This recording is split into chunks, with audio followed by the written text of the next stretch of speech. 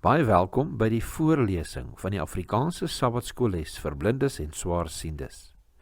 Hierdie lesse word voorsien deur die Wêreldkonferensie van die Sewende Dag Adventiste Kerk. Die voorlesing van die les word aan u gebring deur SSL in samewerking met Adventiste Wêreldradio Afrikaans en word voorgeles deur Marlena Nel.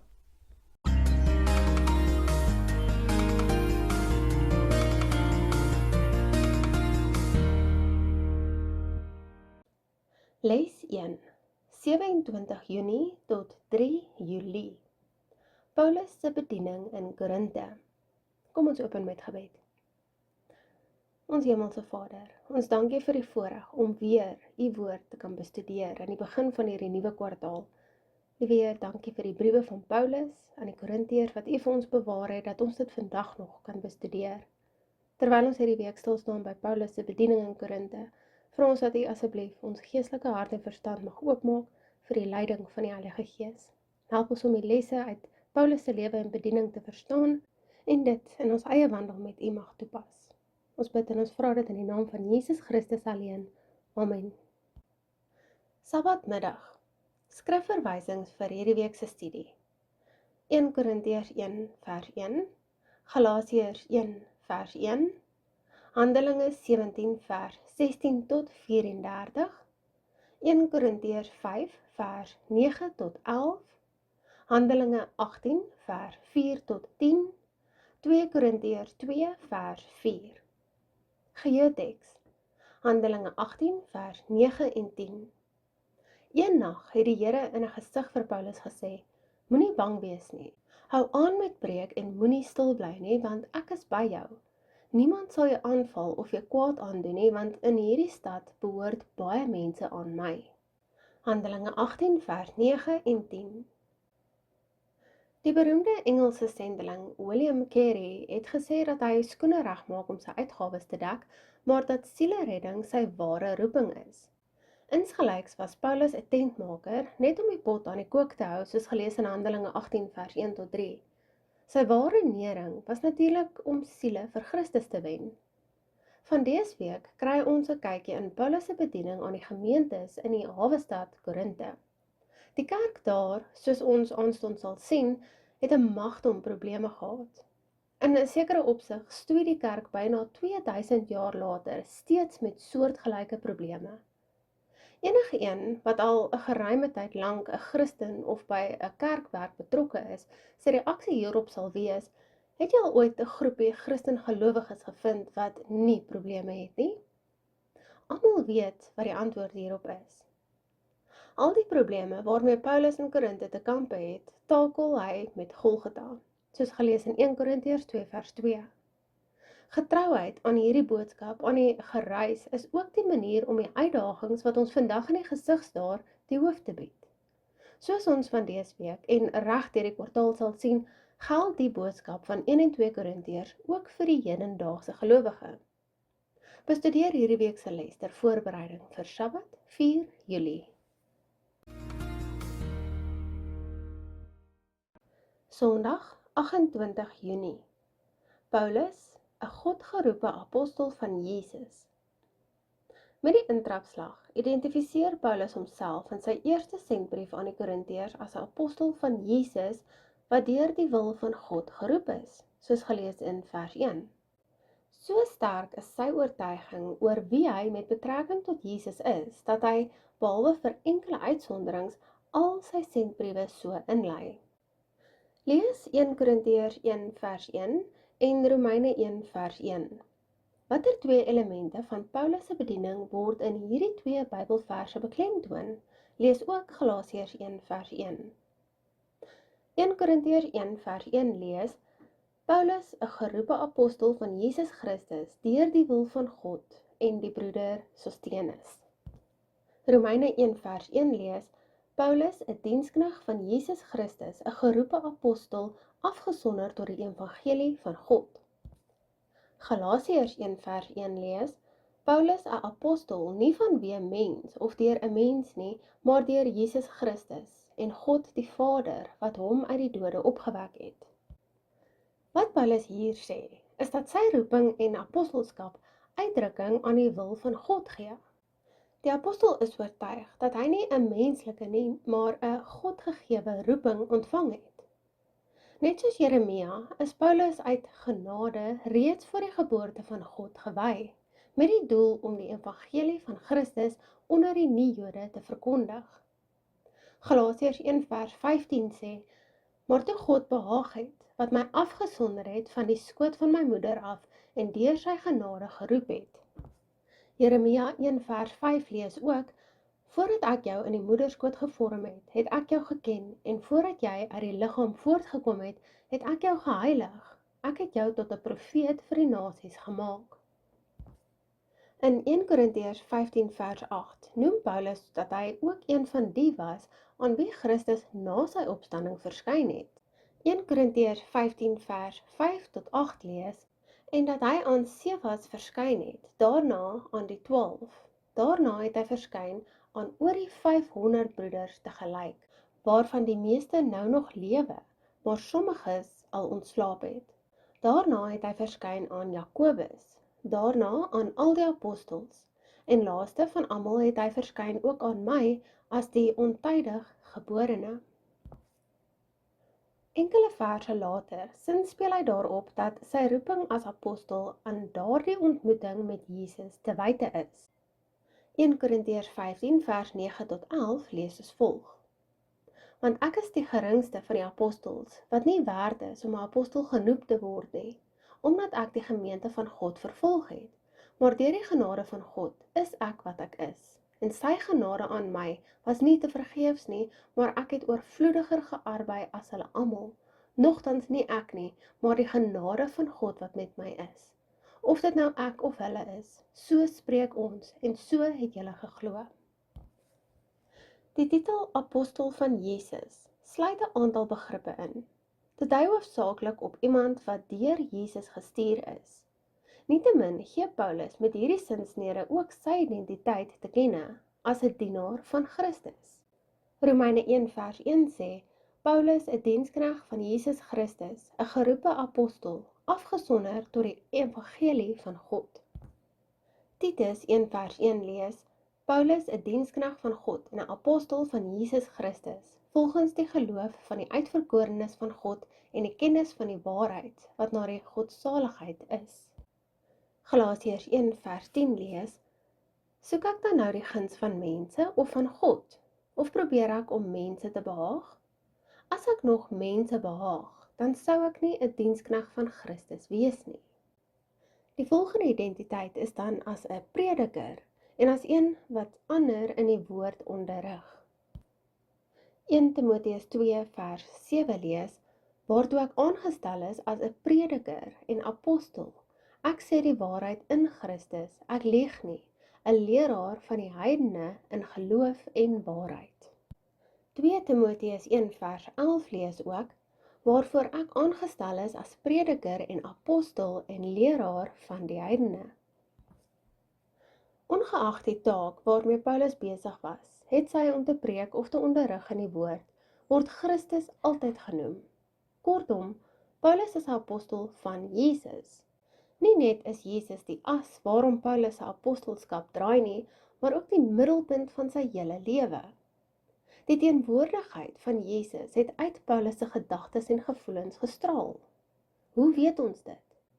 Die apostel maak herhaaldelik melding van Jesus in die inleiding en bedankingsgedeelte van 1 Korintiërs altesaam 9 keer in slegs 9 verse.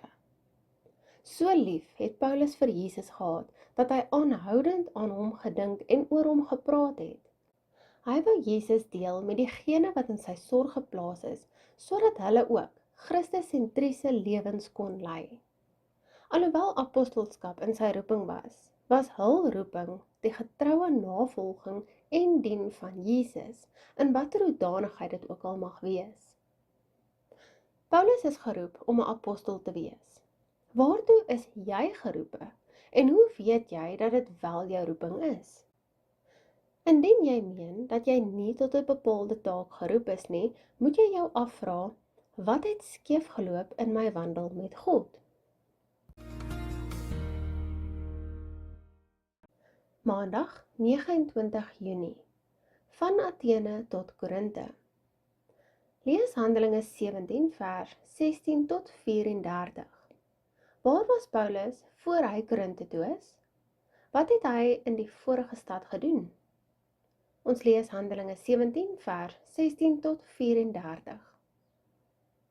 En terwyl Paulus in Athene vir hulle wag, het sy gees in hom opstandig geword, toe hy sien dat die stad vol afgodsbeelde was. Hy het toe in die sinagoge met die Jode gespreek en met die godsdienstige mense en elke dag op die mark met die wat hom teekom. En sommige van die Epikureënse en die Stoïsynse wysgere het met hom gestry en sommige het gesê, wat sou hierdie praatjiesmaker tog wil sê? Ander weer, dit lyk of hy 'n verkondiger is van vreemde gode, omdat hy aan hulle die evangelie van Jesus en die opstanding wou verkondig het. Hulle het hom geneem en op die Areopagus gebring en gesê, kan ons verneem wat hierdie nuwe leer is, wat deur u verkondig word? Want u bring sekere vreemde dinge in ons ore. Ons wil dan weet wat dit tog kan wees. Nou het al die Atheners en die uitlanders wat by hulle gewoon het, vir niks anders tyd gehad, as om iets nuuts te sê en te hoor nie. Paulus gaan toe in die middel van die Areopagus staan en sê, Atheners, ek sien dat julle in elke opsig baie godsdienstig is, want terwyl ek rondgegaan en julle heiligdomme aanskou het, het ek ook 'n altaar gevind waarop geskrywe is, aan 'n onbekende God. Hom dan, wat julle vereer sonder om hom te ken, verkondig ek aan julle. Die God wat die wêreld gemaak het en alles wat daarin is, hy wat Here van hemel en aarde is, woon nie in tempels met hande gemaak nie. Ook word hy nie deur mense hande gedien, asof hy aan iets behoefte het nie, omdat hy self aan almal lewe en asem en alles gee. En hy het uit een bloed al die nasies van die mensdom gemaak om oor die hele aarde te woon, terwyl hy vooraf bepaalde tye en die grense van hulle woonplek vasgestel het, sodat hulle die Here kon soek, of hulle hom miskien kon aanraak en vind, al is hy nie ver van elkeen van ons nie, want in hom lewe ons, beweeg ons en is ons, so sommige van julle digters ook gesê het, want ons is ook sy geslag. As ons dan die geslag van God is, moet ons nie dink dat die godheid aan goud of silwer of steen die beeldwerk van menslike kuns en uitvinding gelyk is nie. God het dan tye van onkunde oorgesien en verkondig nou aan al die mense oral dat hulle hul moet bekeer, omdat hy 'n dag bepaal het waarop hy die wêreld in geregtigheid sal oordeel deur 'n man wat hy aangestel het, en hy het hiervan aan almal sekerheid gegee deur hom uit die dode op te werk. Maar toe hulle van die opstanding van die dode hoor, het sommige begin spot en ander het gesê, ons sal u weer hieromtrent hoor. En so het Paulus van hulle weggegaan, maar sommige manne het by hom aangesluit en gelowig geword, onder wie ook Dionysius, die Areopagiet was, en 'n vrou met die naam van Damaris, en ander saam met hulle. Handelinge 17 vers 16 tot 34. Handelinge 17 vers 16 tot 34 beskryf dat Paulus voor sy bediening aan die Korintiërs onder die Atheners gewerk het. Daardie Atheense deel van sy bediening was klaarblyklik heel onverwags. Hy het bloot met die hulp van 'n aantal vriende soontoe gegaan vanweë die geweldige teekanting wat hy in Berea ontvang het. Ons lees daarvan in Handelinge 17 vers 13 tot 15. Maar toe die Jode van Thessalonika verneem het dat die woord van God ook in Berea deur Paulus verkondig was, het hulle gekom en die skare ook daar opgesweep. Die broeders het Paulus toe dadelik weggestuur om in die rigting van die see te gaan, maar Silas en Timoteus het daar gebly. En die wat Paulus begelei het hom tot by Athene gebring, en nadat hulle opdrag ontvang het aan Silas en Timoteus om so gou as moontlik na hom te kom, het hulle vertrek. Handelinge 17 vers 13 tot 15. Die helpers wat saam met Paulus Athene toe is, het teruggekeer na Berea, met die handopdrag dat Timoteus en Silas so gou as moontlik by Paulus moes aansluit. Handelinge 17 vers 16 tot 34 handel oor Paulus se doen en late terwyl hy op Timoteus hulle gewag het. Hy predik Jesus in die sinagoge, op die markplein en voor die Areopagusraad. Hy kon werklik nie uitgepraat raak oor Jesus nie. Elke geleentheid vir getuienis het Paulus ten volle benut. Lees Handelinge 18 vers 1 tot 11. Wat doen Paulus vandat hy in Korinthe aangeland het, asook vir die res van sy bediening daar? Ons lees Handelinge 18 vers 1 tot 11. En daarna het Paulus uit Athene vertrek en in Korinthe gekom. En hy het 'n Jood gevind met die naam van Aquila, afkomstig uit Pontus, wat onlangs met sy vrou Priscilla van Italië gekom het, omdat Claudius beveel het dat al die Jode uit Rome moes vertrek. Na hulle toe het hy gegaan, en omdat hy van dieselfde ambag was, het hy by hulle gebly en gewerk, want hulle was tentmakers van ambag. En hy het elke Sabbat in die sinagoge gespreek en Jode sowel as Grieke oortuig. En toe Silas en Timotheus van Makedonië afgekom het, was Paulus ywerig besig om aan die Jode kragtig te betuig dat Jesus die Christus is. Maar toe hulle aanhou om teestand te bied en godslasterlike dinge te spreek, het hy sy klere uitgeskit en vir hulle gesê: "Julle bloed is op julle hoof. Ek is rein, van nou af sal ek na die heidene gaan." En hy het daarvandaan weggegaan en in die huis gekom van iemand met die naam van Justus, wat 'n godsvreesende man was, wie sy huis naas aan die sinagoge gestaan het. En Crispus, die hoof van die sinagoge, het met sy hele huisgesin in die Here geglo. En ook baie van die Korintiërs het, toe hulle hom hoor, gelowig geword en is gedoop. En die Here het deur 'n gesig in die nag aan Paulus gesê: "Wees nie bevrees nie, maar spreek en moenie swyg nie, want ek is met jou. En niemand sal die hand aan jou slaan om jou kwaad aan te doen nie, want ek het baie mense in hierdie stad." En hy het daar gebly 'n jaar en 6 maande lank en die woord van God onder hulle geleer. Handelinge 18 vers 1 tot 11. Die apostel is gedurende sy tweede sendingsreis Korinthe toe. Lukas sê vir ons dat Paulus die gemeente daar 'n jaar en 'n half lank bearbei het. Oudergewoonte begin Paulus sy sendingsaktiwiteite by die stad se sinagoge, soos gelees in Handelinge 18 vers 4 tot 6. Handelinge 17 vers 1 en 2 noem dat hy sy uitreikingswerk altyd so benader het. Hierdie strategie, waar volgens die verkondiging van die evangelie eers aan die Jode en dan aan die nie-Jode moes gaan, strook met Jesus se opdrag aan sy apostels. Romeine 1 vers 16 lees: "Want ek skaam my nie oor die evangelie van Christus nie, want dit is 'n krag van God tot redding vir elkeen wat glo, eerste vir die Jood en ook vir die Griek." Handelinge 13 vers 46 lees ook: "Maar Paulus en Barnabas het vry uitgespreek en gesê: Dit was noodsaaklik dat die woord van God aan julle eers verkondig moes word, aangesien julle dit egter verwerp en julle self die ewige lewe nie waardig ag nie. Kyk, ons wend ons tot die heidene." Handelinge 1 vers 8 lees: "Maar julle sal krag ontvang wanneer die Heilige Gees oor julle kom, en julle sal my getuies wees in Jerusalem, sowel as in die hele Judea en Samaria en tot aan die uiterste van die aarde." Toe Timotheus en Silas uiteindelik in Korinthe by Paulus aansluit, lees ons in Handelinge 18 vers 5, het Paulus al sy aandag bestee aan die prediking om die Jode daarvan te oortuig dat Jesus die Messias is. Gedurende die Korintiese been van sy bediening was hy besig om, soos gelees in vers 11, die mense in die woord van God te onderrig. Dit is ook dan die konteks waarbinne die apostel sy beroemde woorde uiter, sy voorneme om met die Korintiërs, soos gelees in 1 Korintiërs 2 vers 2, oor niks anders te praat nie, as oor Jesus as die Christus en wel oor hom as die gekruisigde. Let op Paulus se sendingaktiwiteite in Athene en Korinthe, al die geleenthede wat Paulus ter bevordering van die evangelie benut het. Wat kan ons daaruit leer? Dink aan al die geleenthede wat jy het om ander van Jesus te vertel. Hoe kan jy dit benut? Dinsdag 30 Junie, die stad van Korinthe. Lees Handelinge 18 vers 1 tot 3, as ook 1 Korintiërs 5 vers 9 tot 11 en 1 Korintiërs 8 vers 4. Wat kan ons hieruit aflei oor Korinthe se ekonomie, sedes en religieuse lewe?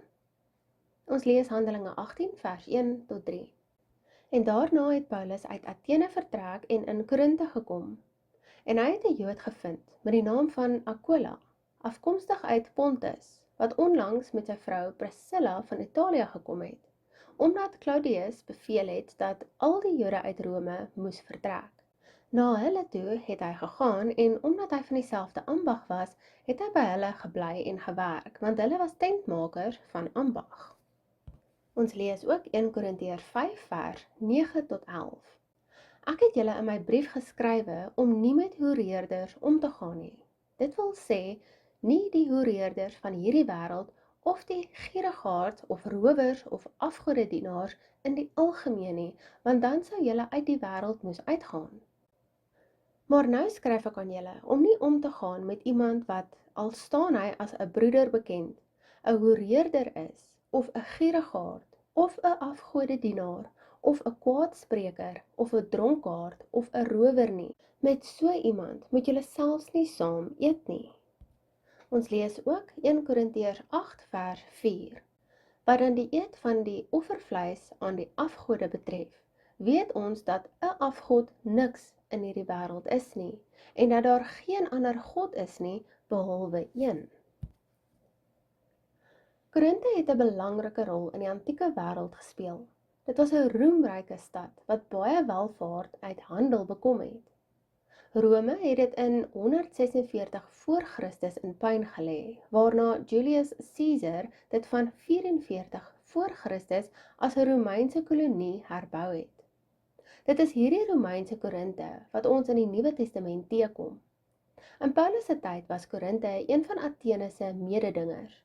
Eersgenoemde het laasgenoemde selfs op vele terreine oortref. Korinthe het 2 belangrike hawens gehad. Dit het die ontvangs en verskeping van goedere en derhalwe ook sy ontwikkeling as 'n handelsstad aangehelp. Paulus het juis Korinthe gekies omdat dit 'n belangrike en goed geleë plek was. Die volgende aanhaling lees ons uit Ellen G. White, Sketches from the Life of Paul in bladsy 99. Dit het die perfekte geleentheid vir die verkondiging van die evangelie geskep. Sodra Paulus in Korinthe gevestig was, sou die blye boodskap maklik aan die res van die wêreld verkondig kon word. Ellen G. White, Sketches from the Life of Paul, bladsy 99. Daarbenewens sou die floreerende handel in Korinthe dit makliker vir Paulus maak om die pot aan die kook te hou deur tente te maak en te verkoop, terwyl hy die evangelie in daardie stad verkondig, soos gelees in Handelinge 18 vers 2 en 3. Sendingwerk in 'n groot en welvarende stad bring wel bepaalde uitdagings mee. Korinthe was bekend vir sy skaamtelose religieuse pluralisme en is sigbaar aan die tallose altare wat onder andere ter ere van gode soos Apollo, Athena en Afrodite opgerig is, en selfs vir die aanbidding van Egiptiese gode soos Serapis en Isis. Boonbehalwe die religieuse sirkus was Korinthe ook bekend vir sy seksuele losbandigheid. Die Griekse aardrykskundige en geskiedskrywer Strabo sê dat die stad se Afrodite-tempel 'n 1000 prostituie vir daardie godin se aanbiddingsrituele gehad het. Hoewel party hoogleraars hierdie getal bevraagteken en meen dat dit tekenend van die destydse Ateense propaganda teen Korinthe was, het tempelprostitusie algemeen in die antieke wêreld voorgekom. Soos elders was seksuele losbandigheid 'n probleem in Korinthe. Afgoderry en losbandigheid was ongelukkig deel van die alledaagse lewe en verklaar waarom hierdie twee kwessies so sterk in die 1 en 2 Korintiërs na tevore tree. In Paulus se sendingwerk in Korinthe het hy met 'n losbandige en afgodsverende samelewing te kampe gehad. Watter uitdagings bespeer ons in die hedendaagse hoofstroomkultuur wat evangelisasie bemoeilik? Hoe kan ons dit oorkom? Hoe verskil Korinthe en ons eie stede van mekaar indien enigsins? Woensdag 1 Julie. In hierdie stad behoort baie mense aan my. Lees Handelinge 18 vers 4 tot 8. Watter uitwerking het Paulus se prediking gehad? Ons lees Handelinge 18 vers 4 tot 8. En hy het elke Sabbat in die sinagoge gespreek en Jode sowel as Grieke oortuig. En toe Silas en Timoteus van Makedonië afgekom het, was Paulus ywerig besig om aan die Jode kragtig te betuig dat Jesus die Christus is. Maar toe hulle aanhou om teestand te bied en godslasterlike dinge te spreek, het hy sy klere uitgeskit en vir hulle gesê, julle bloed is op julle hoof. Ek is rein, van nou af sal ek na die heidene gaan. En hy het daarvandaan weggegaan en in die huis gekom van iemand met die naam van Justus, wat 'n godsvreesende man was, wie sy huis naas aan die sinagoge gestaan het. En Crispus, die hoof van die sinagoge, het met sy hele huisgesin in die Here geglo. En ook baie van die Korintiërs het, toe hulle hom hoor, gelowig geword en is gedoop. Handelinge 18 vers 4 tot 8. Paulus se werk onder die Korintiese Jode was nie so suksesvol as wat hy gehoop het nie. Sy pogings is met haat en vyhandigheid begroet. Die Bybel sê in Handelinge 18 vers 6 dat hulle aangehou het om hom teen te staan en hom lasterlike dinge gesê, in die Afrikaans 2020 vertaling. Die New King James vertaling gebruik ook die Engelse term blasphemed. Let wel, sodra die Koine Griekse werkwoord blasphemio, om te laster, wat hier in die verbuigde vorm blasphemionton, 'n mens as voorwerp het, dui dit nie op godslastering nie, soos dit inderdaad in die ou Afrikaanse Bybel is nie. Let op enkele van die ander, meer onlangse Afrikaanse vertalings om dit beter te verstaan. Hulle het hom beledig in die Nuwe Afrikaanse Bybel of Nuwe Lewende vertaling, of hulle het slegte dinge van hom gesê, soos gelees in die Bybel vir almal. Met ander woorde, hulle wou Paulus se naam skend, sodat hy 'n slegte reputasie sou kry, om sodoende te keer dat hy in sy sendingspoging slaag. Gelukkig was Paulus se prediking in die stad se sinagoge nie te vergeefs nie. God was, per slot van rekening, aan die stuur van die apostel se sendingwerk. Die Here beloof immers in Jesaja 55 vers 11, net so is dit met die woord wat uit my mond kom. Dit sal nie leeg na my toe terugkeer nie. Party van die Jode was in die veld geslaan toe die hoof van die sinagoge, Crispus, as ook sy gesin vir Jesus as die Messias aanvaar en gedoop is, soos gelees in Handelinge 18 vers 8. Wat meer is, lees ons in vers 8, ook baie ander mense in Korinte wat die boodskap gehoor het gelowig geword en is gedoop. Waarskynlik ook vanweë die invloed wat Crispus gehad het. Lees Handelinge 18 vers 9 en 10. Wat kan ons hieruit aflei oor Paulus se gevoelens te midde van al die uitdagings in Korinte?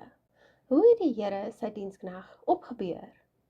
Ons lees Handelinge 18 vers 9 en 10. En die Here het deur 'n gesig in die nag aan Paulus gesê, wees nie bevrees nie, maar spreek en moenie swyg nie, want ek is met jou en niemand sal die hand aan jou slaan om jou kwaad aan te doen nie, want ek het baie mense in hierdie stad. Direk nadat Paulus die sinagoge verlaat het, het hy 'n bemoedigende ervaring. In die nag verskyn Christus self aan hom in 'n visioen. Sy woorde herinner strek aan Jesaja 41 vers 10, moenie bang wees nie, want ek is by jou. Paulus is inderdaad eerlik oor sy gemoedstoestand in Korinte. 1 Korintiërs 2 vers 3 lees dat hy getwyfel het en baie bang en benoud was. Dit was juis oor sterk teekanting dat hy Berea noodgedwonge verlaat en Athene toe gegaan het. Dit wil voorkom asof hy dieselfde probleem in Korinte te wagte was. Die keer was dit toe nie die geval nie. Jesus sê vir hom, want in hierdie stad behoort baie mense aan my. Paulus was inderdaad God se gekose werktuig om die blye boodskap oor Jesus se verlossing aan die Korintiërs te bring. Lees Jesaja 41 vers 10. Watter wonderlike beloftes gee hierdie Bybelvers ons? Watter uitwerking behoort dit op ons daaglikse lewens te hê? Ons lees en sluit af met Jesaja 41 vers 10. Wees nie bevrees nie, want ek is met jou. Kyk nie angstig rond nie, want ek is jou God. Ek versterk jou, ook help ek jou, ook ondersteun ek jou met my reddende regterhand.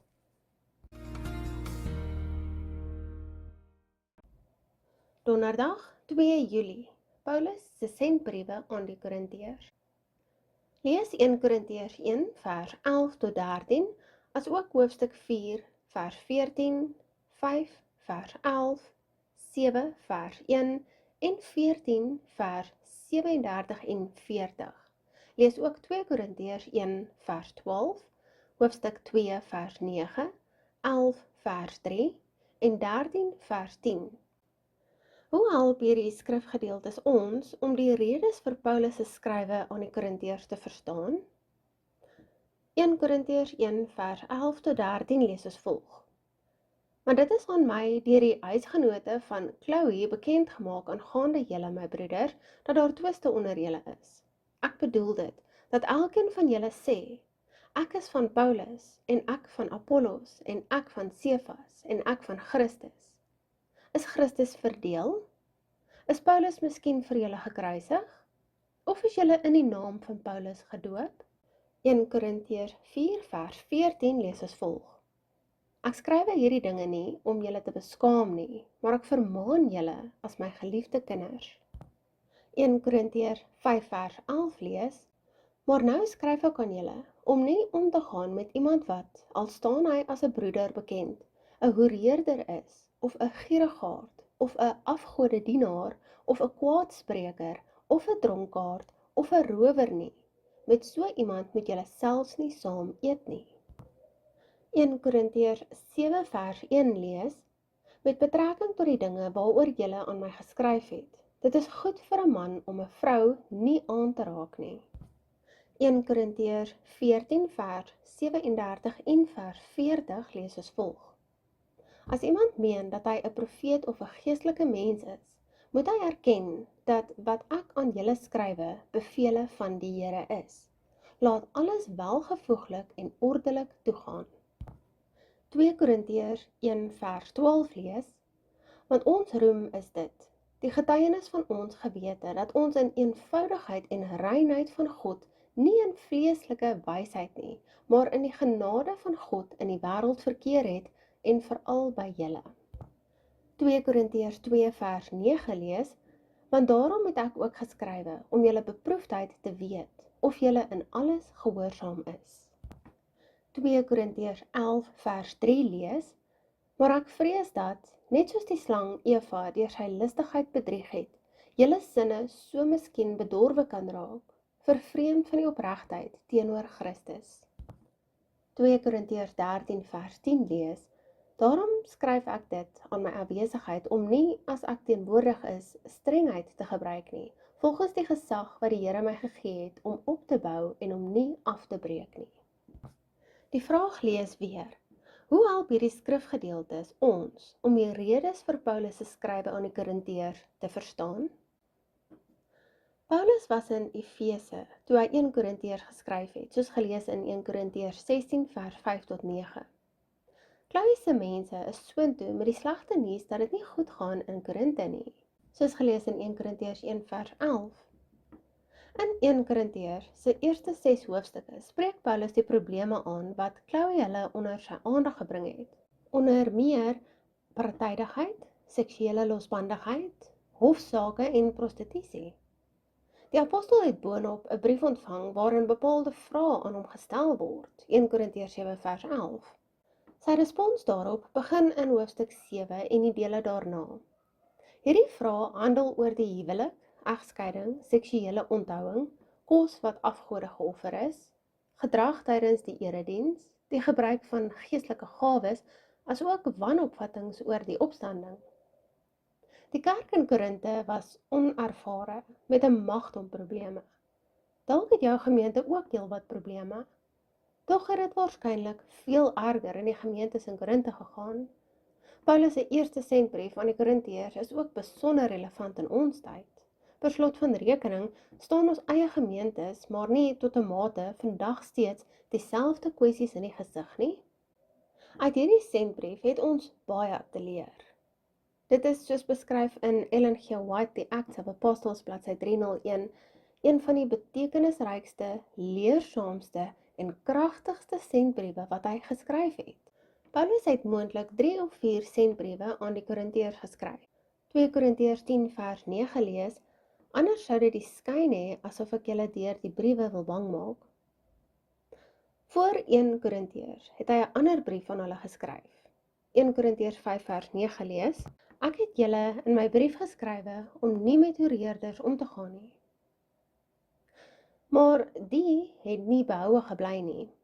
Daarbenewens het hy voor 2 Korintiërs 'n verdere sendbrief geskryf, waarna hoogleraars as die skerp woorde sendbrief of streng sendbrief, oftewel severe letter in Engels, verwys.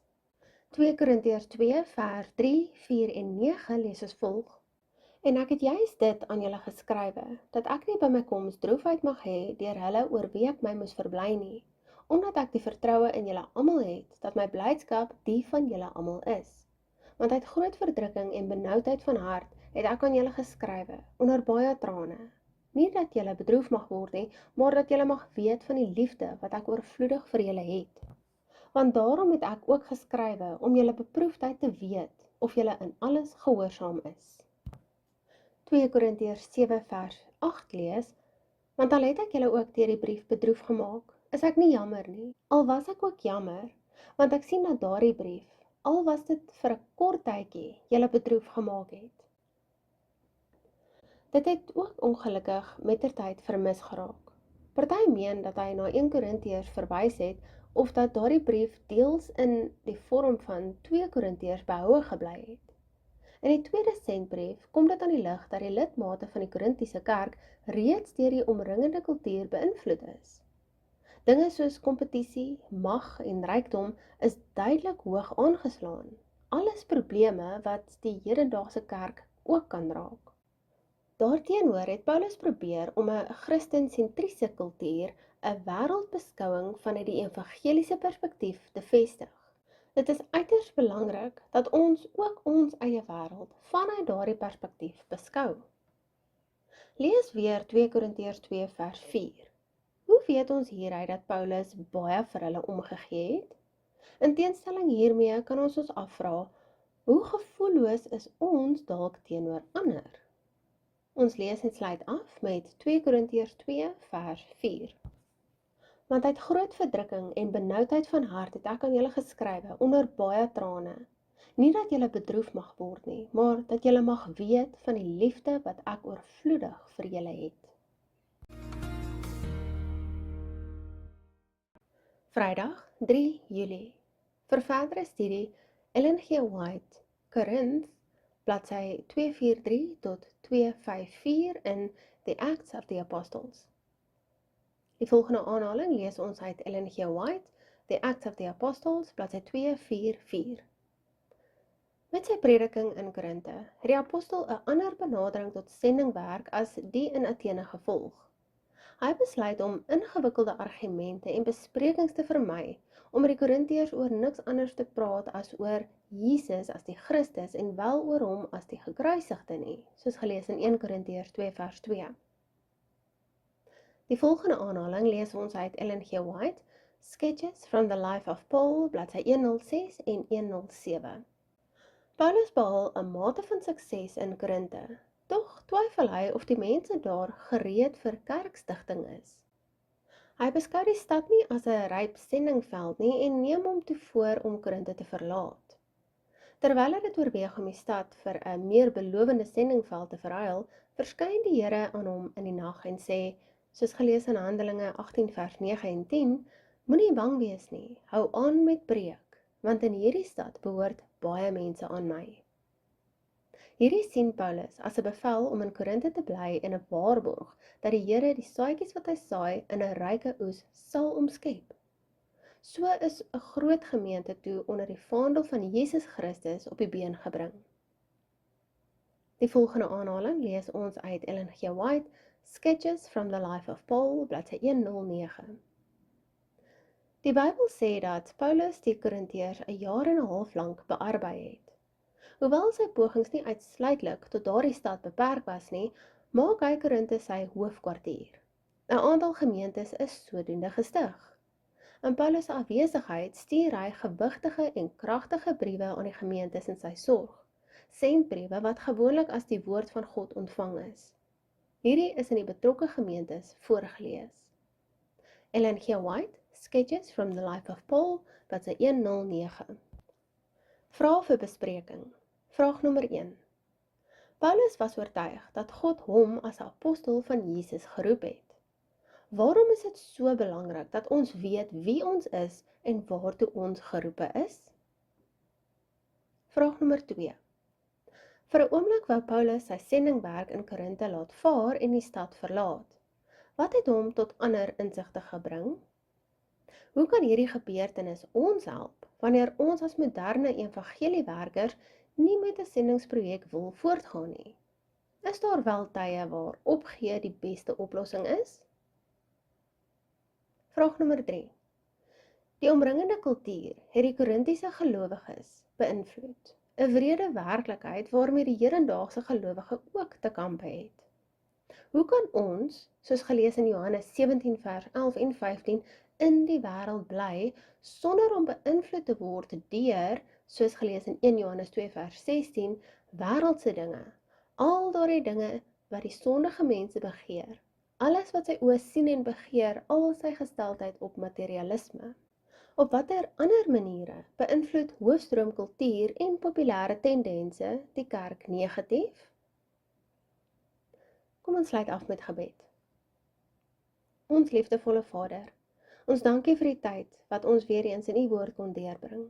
Liewe Heer, ons dankie vir die lesse wat ons kon leer deur Paulus se bediening in Korinthe. Help ons ook asseblief dat ons soos Paulus getrou mag wees aan die roeping wat U vir elkeen van ons het, selfs wanneer ons uitdagings en teenstand ervaar. Liewe Vader, ons bid dat die waarhede wat ons vandag bestudeer het, nie net kennis sal bly nie, maar dat ons lewens verander mag word daardeur en dat dit ons nader aan U mag bring. Skenk ons asseblief geestelike wysheid om U wil te verstaan, U moed uit te leef en U liefde met ander te deel. Ons bid en ons vra dit in die naam van Jesus Christus alleen. Amen.